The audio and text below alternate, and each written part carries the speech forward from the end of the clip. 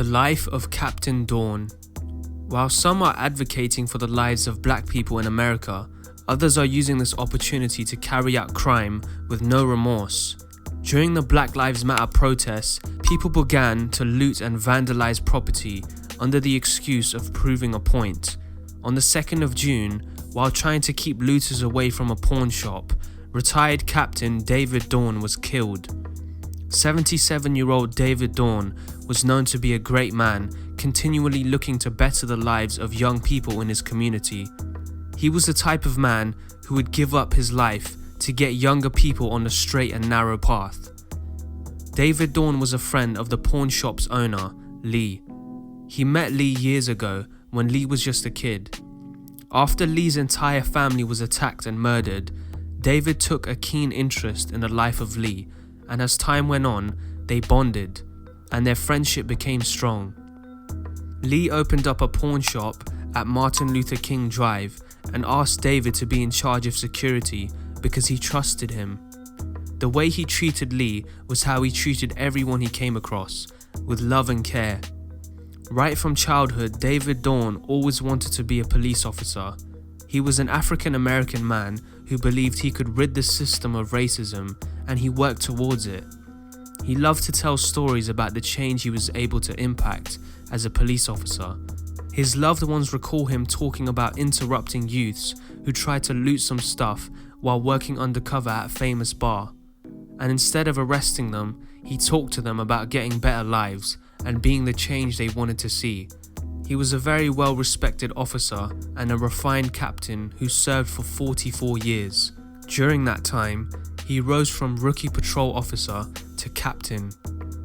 He was the deputy commander of the Bureau of Patrol Support, which manages traffic and mounted patrols, commercial vehicles, and the tactical unit.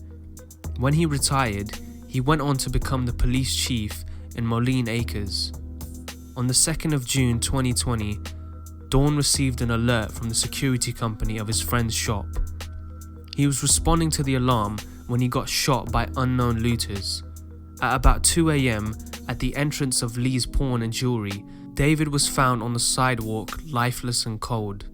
The murder of George Floyd led to protests prior to this incident, and the situation quickly escalated as many people used the opportunity to exert revenge on the government for not taking immediate action. The killing apparently was broadcast on Facebook Live. In the background, a voice could be heard yelling at the looters for killing an older man over a couple of TVs. Over some TVs, cuz! Yes, nigga! Don't you see? Unfortunately, one of David's grandchildren was watching the video in real time without realizing it was his granddad. Facebook took down the 13-minute video for a brief period before restoring it with a warning screen. The footage revealed 7 suspects intruding Lee's Pawn and Jewelry. All the suspects had their faces covered, and at least 2 armed men with handguns were spotted.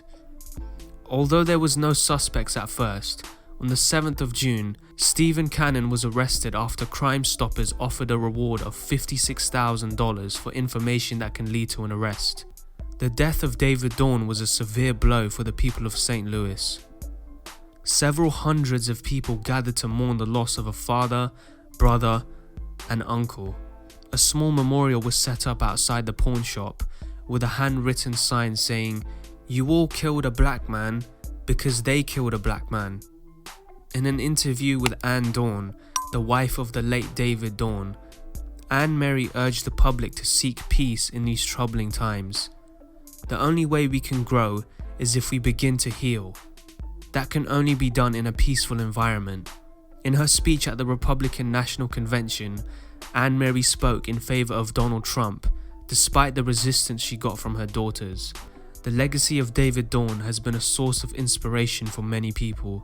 His death was preventable and should serve as a wake-up call to members of society.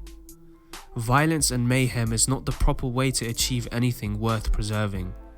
The lessons learned from his life and death should not be forgotten, otherwise it will all have been for nothing. Thanks for watching our video. Please hit that like button and subscribe to our channel for more informative content.